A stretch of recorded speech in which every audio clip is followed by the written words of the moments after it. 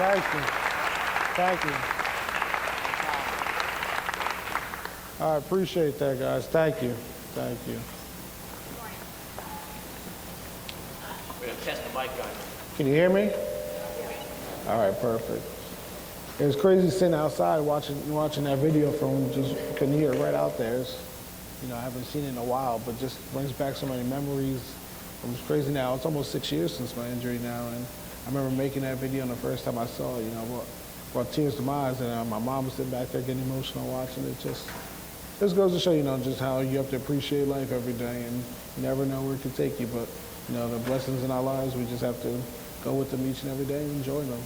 But I want to, tell you about my journey, my story, over the past 6 years now, pretty much, and what I've been able to learn and things I've been able to do, and the reason why I am the person I am today. And it all started off on October 16, 2010. I want to bring you to that exact moment at MetLife Stadium. I was running down the field to make that tackle. We had just tied the game up 17-17 in the fourth quarter, and with 5 minutes left in the game. So I'm saying to myself on the kickoff, I want to get down there real fast, make a big tackle, get our defense amped up so we can try to get the ball back to our offense to maybe give them, a few minutes to score to win the game. And on that kickoff, the whole game, I was facing a double team. So as soon as the ball was kicked off, I had two guys coming at me to block me. And on that particular kickoff, I was able to get right by those guys. So I had a good 30, 40 yard head start at the guy. So I knew it was going to be a big-time collision as I'm running down the field. But I'm saying to myself, when I'm running down, all right, what do I want to use, my head or my shoulder when I make this tackle? And every football player knows if you're going to use your head to make a tackle, you never put your head down, you keep your head up. But I made the decision, I said, let me use my shoulder on this play, and I'll put my head on the side of his body, won't even be in the tackle or anything. But I don't know if you saw in the video, my teammate actually got down there about a half a second before I did, and he tripped the guy up.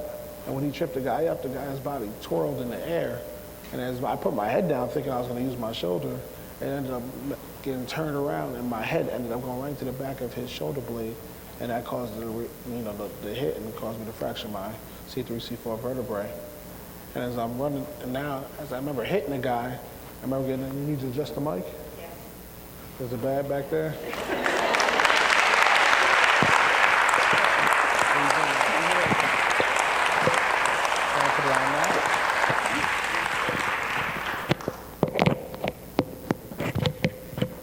Is that better? Yeah. Nah, it's yeah. All right, I won't look over here at you guys. So as I made the tackle, I knew it was a big hit because I heard the crowd go, ooh, and I see my teammates come running over to me. And I remember trying to get up, and at the time, all I could do was shake my head like that. And after that, the next thing you knew, the trainers were right there on top of me, and they're like, Eric, is it your head or your neck? And at the time, all I could say was, I can't breathe. That's exactly what it sounded like. And they're like, can you feel this? Can you feel that? And I'm just like, I can't breathe.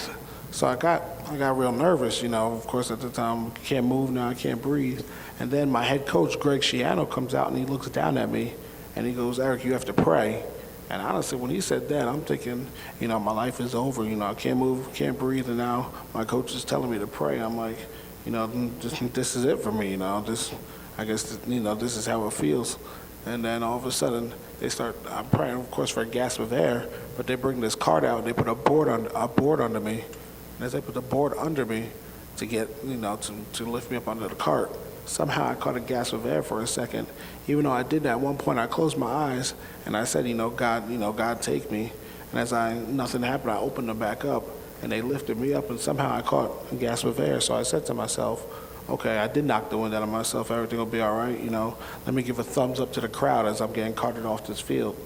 And I went to give that thumbs up to the crowd and felt like a 1,000-pound cinder block was laying on my hand. Couldn't move it at all.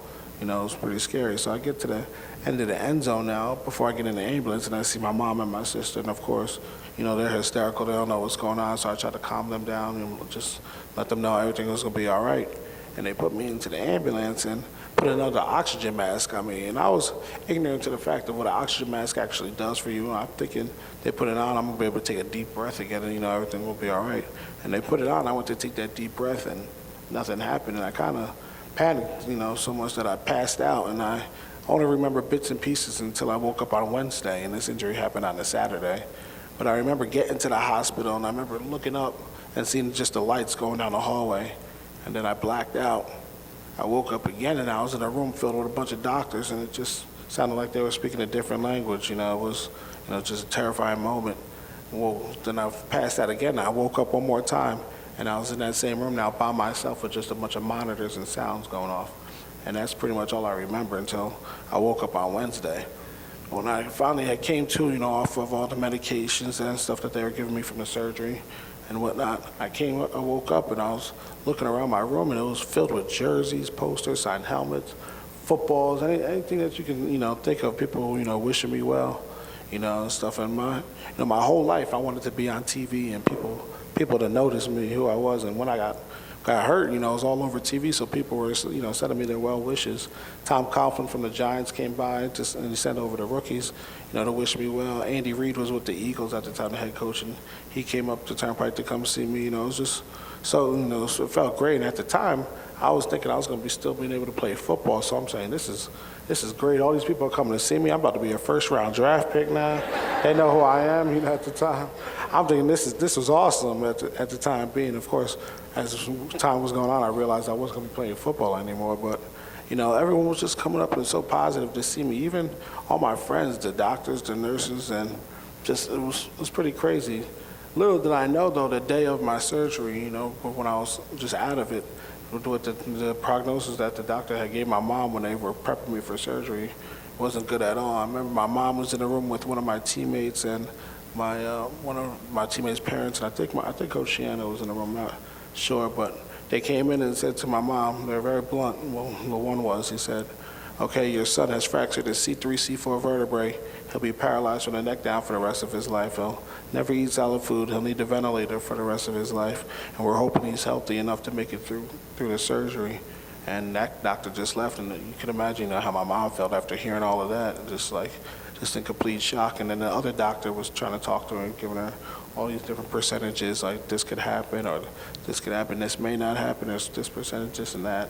And at that time, my mom's not trying to hear anything at all. So they did let me see her before I went into that surgery. It was either before or after, but I said in that video, when I saw my mom, I said to her, "I'll be back." And I kind of remember it, and I kind of don't. It's like, just real faint in my memory. But I said, "I'll be back." And when she heard me say that, and she said, "Whoever sees him from here on out has to have a positive attitude going in the room.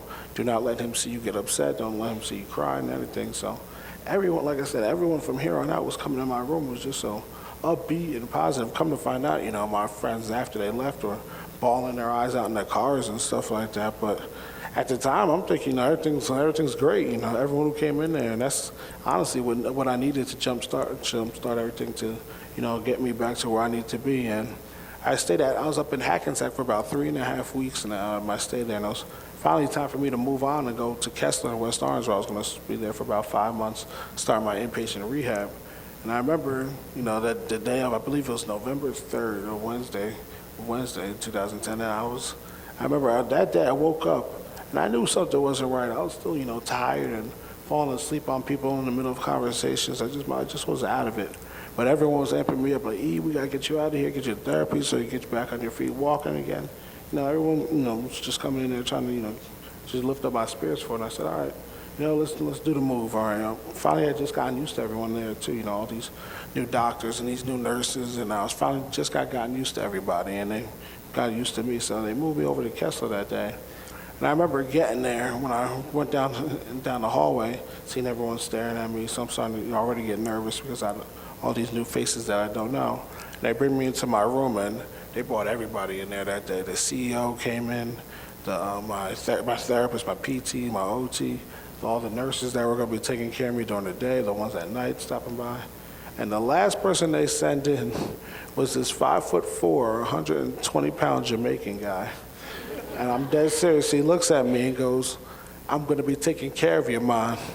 And I look at him, and I look at my mom, and I said, "Hey, Mom, you got to get me out of here if this is going to be the guy that's going to be lifting me up, for the next whatever time I'm being here." And I was dead serious. I was terrified at the time. I went from being this big old football player, and I'm thinking, how is this guy going to be lifting me up and throwing me around, getting me dressed? It was just a terrifying situation. Little did I know he was going to become a lifelong friend and, teach my mom how to take care of a quadriplegic and all these different techniques. But now I'm terrified at the time. And he finally left the room, and now that everyone's trying to calm me down, Rutgers was actually playing that night, which was weird because usually we play on a Thursday, Friday, or Saturday. But we were playing down in South Florida, and I got to pick the jerseys out, so I had at least something to look forward to later that night to calm me down a little bit. And I remember my family came up for the game, and we were watching the game go back and forth all night. And then the fourth quarter hit in the game, and something just went wrong with me. I just got real anxious and real jittery. I remember I was asking the aides, I was like, can you pull my shoulders over here, pull me back over to the middle, like put a pillow under my arm, take the pillow out, put it under my legs, take it out, put my shoulders back this way. Every 5 minutes, I was just couldn't sit still, and they were trying to calm me down and things like that. And unfortunately, Rutgers ended up losing that game, and I remember I went to bed right after the game was over.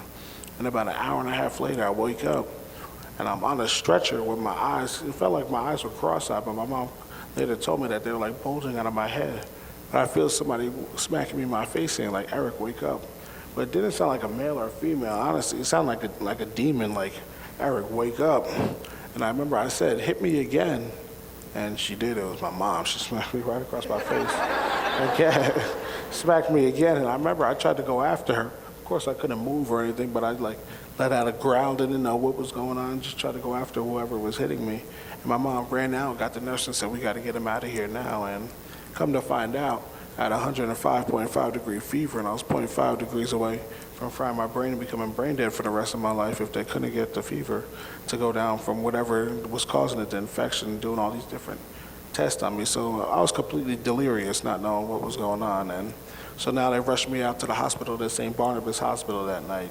And I remember getting there, they didn't know if they were going to be able to get this fever down because they couldn't find out what was causing it.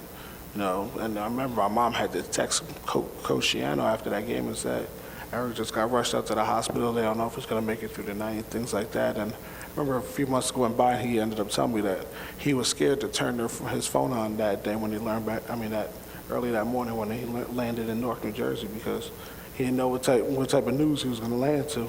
If I had pulled through and made it, but I made it through that night, obviously, because I'm here. But Coach Shiano, my athletic director at the time, Tim Pernetti, came right over to the hospital, and it was about 3, 4 in the morning there at St. Barnabas.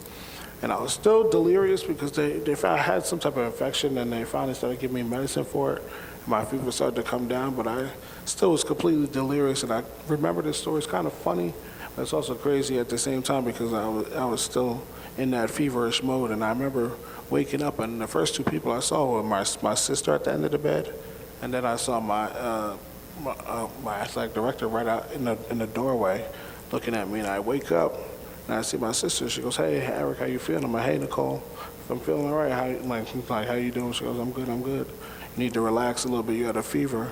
And I was like, I had a fever. I'm like, I thought we were going to IHOP today. And she looks at me, and she goes, no, you need to relax. Just go back to sleep. And I said, I want some pancakes. I'm like, can we go to IHOP? And she goes, Eric, we're not going to IHOP today. And you have no idea what these past few hours have been like. You need to just lay down and relax. And I remember I got so frustrated that I threw my head back, and I look up, and I see my athletic director looking with these eyes bulging out of his head like he's never seen anything like that before. And the next thing you know, I told my sister, I said, Nicole, let me get up real fast. I want to go for a walk. And she goes, Eric, you can't do that right now. No, you can't walk. I'm like, what do you mean? You got to get off of me? Because it felt like she was just laying on me. I never, this new feeling of being paralyzed, I didn't know what it was actually like. It just felt like she was laying on me, and I was trying to yell at her to get off. And she got nervous, and she actually yelled at me to go back to sleep. And I remember I finally just got so angry and frustrated that I threw my head back again, and I went to sleep.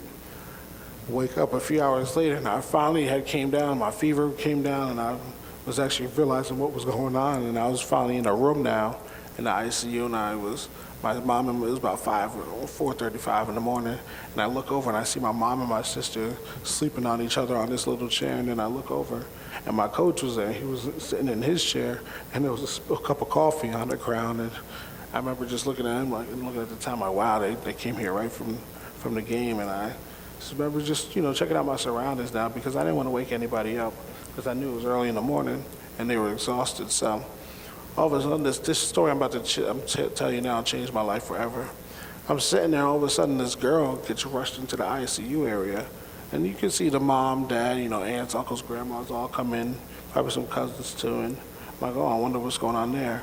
Next thing you know, you see all these kids come in, about 15, 16, 17, 18 years old, all come in also, with very concerned looks on their face. I'm like, oh, I wonder what's going on here. My room was right outside the nurse's station, so I overheard the nurses talking there, and that girl had a cancerous tumor in her brain and actually started to bleed out. So they were rushing her in there to try to do emergency surgery on her. So I was like, wow, this it's pretty crazy. Another hour or so goes by, so it's like whatever, 6 o'clock in the morning now, everyone's still sleeping but me. And I'm just watching TV, and all of a sudden, I see all these faces just come out, hysterically crying, like these kids, the mom, dad, family. I'm like, geez, what's going on?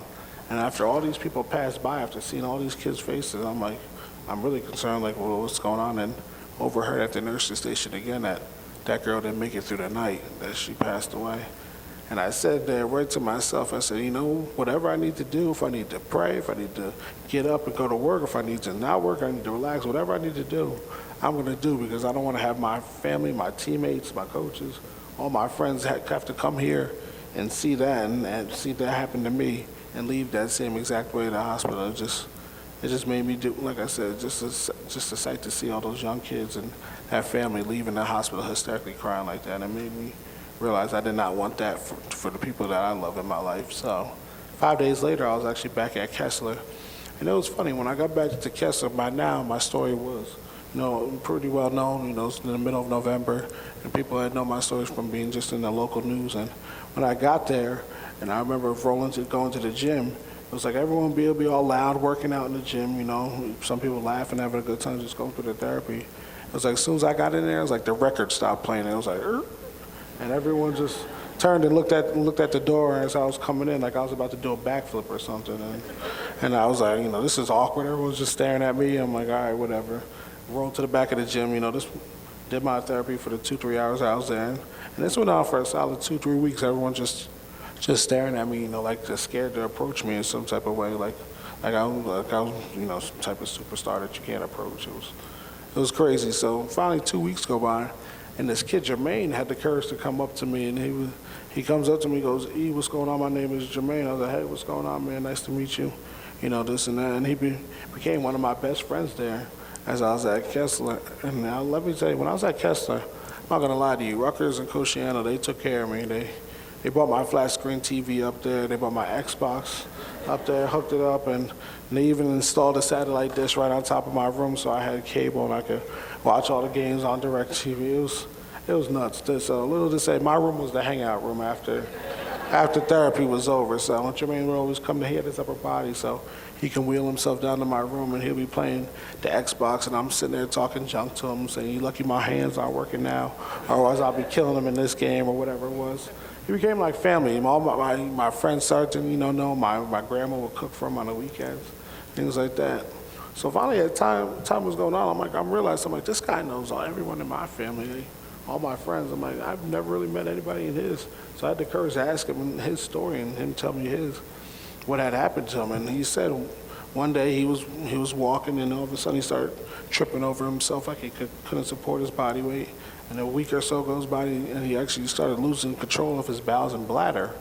So he went to the doctor finally, and the doctor gave him medicine for his bowels and bladder, but he told him he either needs to lose weight or start lifting weights more so he can support his body weight. And I'm like, should have been a red flag right there. He was a little bit overweight. He was about 5'8", maybe 200 pounds, but he should know that way you can still support your body weight. About a month or so goes by, he actually worked at Newark Airport as one of those guys, I think, on the runway. And he went to eat lunch one day, and he never got back up as he sat down. And after that, they finally decided to take him in and do the CAT scans and MRIs, and come to find out, he had a cancerous tumor growing on the lower part of his spinal cord, which was cutting off all the signals down to his lower extremities, which was the reason why he couldn't support his body weight or control his bowels and bladder. And by the time they actually found it, it was actually too big to do surgery on, because they would have to completely sever his spinal cord to get the tumor out, and he would be paralyzed from the waist down for the rest of his life. So they went and tried to do the regular chemo and radiation to shrink the tumor to see how much function, he can get back below that level. And, some days he'll be in it, and some days he'll be just completely out of it. Some days you can talk to him, he'll be still hanging out playing the games, and other days he wouldn't make it to therapy. He'll be, bedside in his bed. It was just, tough to see. And then towards the end of my time at Kessler, I finally got to meet his mom and dad. They came by like 2 or 3 times or so. I finally got to meet them a little bit, but it wasn't enough like support that he really needed. So that was my 5-month stay up at Kessler, and it was time for me to go home. I was moving down to my aunt's house for the time being in Jackson, New Jersey. And I remember leaving Kessler, and I really never said goodbye to Jermaine. So I took a 2-week break or so, and my inpatient rehab, and I was going to start an outpatient rehab in a total different part of the hospital, with new therapists and everything, more intense therapy. So I remember I go on a Friday to just get my evals done, because when you go there, you have to get an eval first before you actually start your therapy. So I went on a Friday, and I remember when I get in there, there's a wheelchair clinic part where people get fitted for, their permanent chairs. And I rolled in there that day, and Jermaine was actually over there in the wheelchair clinic. So I rolled over. I was like, "Jermaine, man, what's up? Like, how you doing? How you been? It's been a few weeks or so." And he turned and looked at me with the blankest stare in the world, like he had no idea who I was, or like we never met in the past 5 months that we were just at Kessler. Like he has, no recollection of it at all. And his eyes were all, you could just tell, like all rolled like behind his head. It was bad. You could tell the cancer had spread. So I was like, wow, it's kind of pretty bad. So I went over, got my evaluation. Jermaine ended up leaving a little bit before I did. That day, I guess he went back to the hospital or something. And I remember I finished my eval and I left. So I came back on Monday, and I went over to the wheelchair clinic people, and I said, did Jermaine get fit for his chair and everything? How's he doing? And like, yeah, he got fit for his chair, but unfortunately he passed away over the weekend. And I said to myself right then and there, I said, you know what? I will never complain about anything in this world again. My life, I got millions of people wishing me well and wanting to do this for me, help me out here and there. And this kid couldn't even get his mom to make a home-cooked meal for him, or somebody to do his laundry. He was wearing the same clothes 4 days in a row. We were giving him clothes to wear. Stuff like that made me really appreciate the things that I do have in my life and the people that rallied around my situation and wanted to be around my situation, because it's unfortunate, but not everyone has that support, and it opened my eyes up to that. And it actually led me to start a foundation, because so many people were giving back, giving to me. It made me realize in 2013 that it was my time to start a foundation. And in the beginning, the Christopher Dana Reeve Foundation, they reached out to me and, wanted to help me out. And to be honest with you, when I first heard about the Christopher and Dana Reeve Foundation, I didn't know who Christopher Reeve was, because I was born in 1990, and I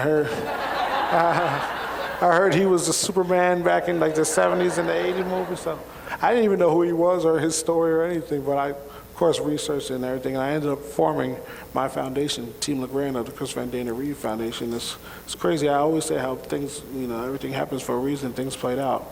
Unfortunately, he passed away. I believe it'll be 11 or 12 years now in October since he passed away. And he was the face of spinal cord injuries back in the late 90s, early 2000s. But when he passed away, it was like, the research and everything, people still were doing it, but there wasn't any light shined upon it. But with my story now, taking off in the media, I was able to help, raise money now. Me and my mom formed a foundation. We've raised over $750,000 in the past 3 years now, going to spinal cord injury research. So it's kind of made me find my purpose and my mission in life to help, these other people in terrible situations. I have a good friend of mine named Ingrid. I want to tell you her story too real quick before I finish up. She was in a car accident. Unfortunately, she wasn't wearing her seatbelt, but the airbag didn't deploy either. So when the accident happened, her head actually went through the windshield. And I guess when your head goes through the windshield, they tell you to stay there, don't move. But she was actually able to get herself out of the windshield and pull herself back out. And she opened her car door and took 2 steps, and she turned her head the wrong way, and boom, broke her neck and caused her to be paralyzed right then and there. And Ingrid already came from an unfortunate situation at the time. Her daughter was only 4 years. Her daughter was 7 years old at the time, and she lived in the projects of Jersey City, and now this injury happens to her, and she's still in the projects of Jersey City in a 1-bedroom apartment with 7 people living inside there, and half the time she can't even get out the house because the elevator's not working. And it makes me say to myself, what am I complaining about? I got a brand new house that was built for me. I got a nice pimped out ride in my van. You know, things like that. It just puts things into perspective. And people always say to me, how do you stay so motivated? How do you stay so positive? And I said, it's honestly, it's the random people that reach out to me on my Twitter, my Facebook, my Instagram and said, oh, I ran 3 miles today because I know you would do anything to run again. Or I went to the gym today because I know you do anything to bench press. Or little girl, 7-year-old girl, reaches out to me on Facebook telling me she read my book and did a book report on me because I inspire her. And, you know, that's the kind of stuff that keeps me going and makes me realize that I am making a difference in this world. And it keeps me motivated, it keeps me driven. And I live by one definition that was embedded in our head at Rutgers that our coach made us repeat every single day, and it's the definition of success. It's the peace of mind you get knowing you did everything you could to be the best you can be. Whatever it is, whatever your situation, if it's your art project or if it was on the football field, whatever it was, if you gave it your all, that's something you should be able to lay your head down at night and sleep at ease because you know that you gave it every bit of your ounce, you know, towards whatever that was and whatever that goal was. And that's what I try to do each and every day, whatever I'm doing, whatever my situation is. And I just keep on believing that one day I'm going to go back to that field at MetLife Stadium and lay down on that 25-yard line and finish that play. And, you know, it's going to be a big party in New Jersey that day. So hope you guys are all around for it. But one last thing, too, it's funny, people, too, when I right across the street, you know, right across the river, I went to Rutgers. So when I got hurt, people thought that Rutgers automatically gave me my degree. And I was like, I wish it was that easy. But I actually had to start taking classes via Skype that January. I started taking classes via Skype in 2011, and I had to get somebody to take notes for me and everything. They would email me over the notes. I would go through them, read them on the computer, and I had to learn to speak to this software called Dragon Natural Speaking. So I had to speak to the computer. Let me tell you, it's a lot easier typing a 5-page paper than it is to talk a 5-page paper out, but I was able to graduate with my degree in labor relations in 2014, so didn't let that hold me back.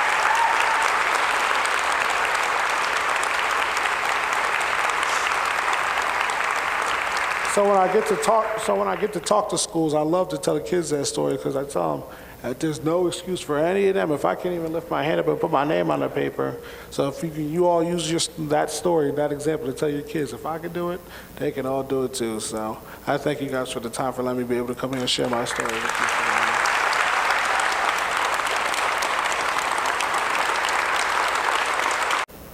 Do you have time, Dr. Scott? Yeah. You guys don't have to be shy, so you can ask me anything.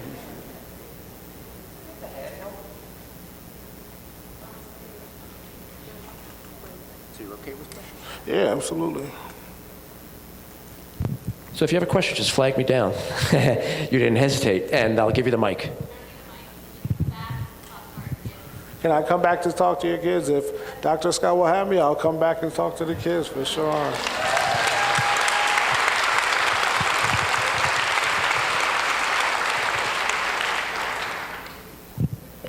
Right here, Thais. I just had a question. Have you been able to look into seeking music therapy in getting a music to help? Well, Because we do that. So she asked me if I was able to listen, use music as therapy, and I Music is do. therapy. I listen to. It's crazy. I listen to everything. You can have me listening to the hardcore, the rap, all the way down to some classic '80s rock. I listen to everything. It's funny that you asked that because I try not to limit myself to only a few things. The only thing I haven't explored yet is country music, but everything else, I have some hardcore metal rock to. Like I said, all the way R&B songs, classic. I love classic '80s, some Quiet Riot, some of the Outfield. I listen to a bunch of different things, but have not explored the country route yet. But music is therapy, and it does inspire me, and it does, put the lyrics of songs put you well, especially when I hear older songs now. I think about where I was when that song came out and things like that. So it makes you just reflect on life. Yeah, that's wonderful. Anybody in the back? I don't want to be blind to. Johnny Cash? Johnny Cash on the country music? I might try it out there. Or some Garth Brooks in there or something. Anybody else? Did your sister get you to IHOP? Did you get your pancakes? I did eventually get my pancakes. It's some months after, but yes, I did eventually get my stack at Pancakes and some sausage, pigs in a blanket at IHOP. I saw a hand here. Oh, go ahead. What the mic? Okay. I think that you're incredibly inspirational. My husband and I were actually there. Oh, wow. Happy. Immediately I needed to watch the video 1,000 times before I could see it. But I just think that you're an amazing person. We actually know people who know you from high school. My question is, clearly football is still a huge part of your life. You're still Rutgers. With all of the inspiration that you've drawn from this and meeting people along the way, there is still that part of you that loves football. So doing my due diligence, are you still going to be in color? And what do you think about, my husband was going, I didn't say this, what do you think about Rutgers prospects this year? All right. So yes, I'm very fortunate. This will be my fifth or sixth season in the booth. I work with Chris Carlin and Ray Lucas, and those guys are amazing. Being able to call the game for the away games, I do a segment. So the first game on Saturday, I'll be doing a segment from home. My pregame, halftime, and postgame segment. For all the home games, I'll be calling them in the booth. And I like this Rutgers team this year. I feel like they got back to that hard work. You bring your shovel and pail to work each day, and you go grind away. That's how it was when I got there with Shiano, and I think, Coach Flood, I love him as a guy. He was a great guy. He just a little, lacked off a little bit of the discipline on these guys, and they don't know what hard work is. And now Coach Ash got them, and those guys are grinding away the way it should be. And I think that, that's going to help them out a lot this year until he gets the guys in there that he wants. But you can win a lot of games through hard work, because that's what we did with Shiano. So I think they're going to be all right this year. They might surprise a lot of people. Anyone else? Yes, Mike?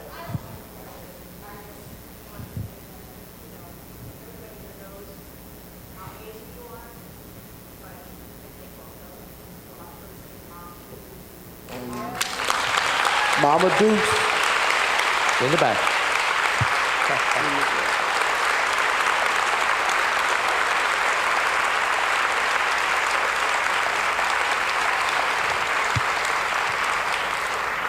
Yeah, thank you for that. I always say, without my mom, where would I be? And I really feel like, my mom always says she was just doing anything a mom would do in those situations, and she gave up her life for me, and I always say that she's my motivation to get better so she doesn't have to take care of, I always say, her now almost 26-year-old grown man son.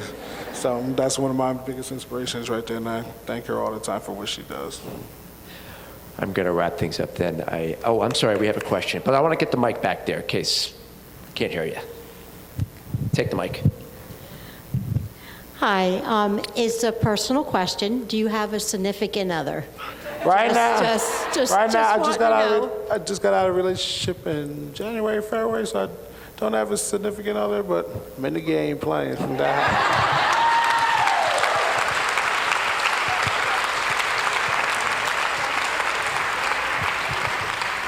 Any last questions? Okay. Hold on.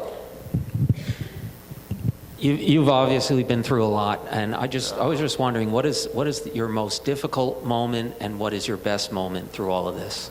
My most difficult moment is probably, it just starts off in the morning with my nurses coming. Even though I have great nurses, I joke around.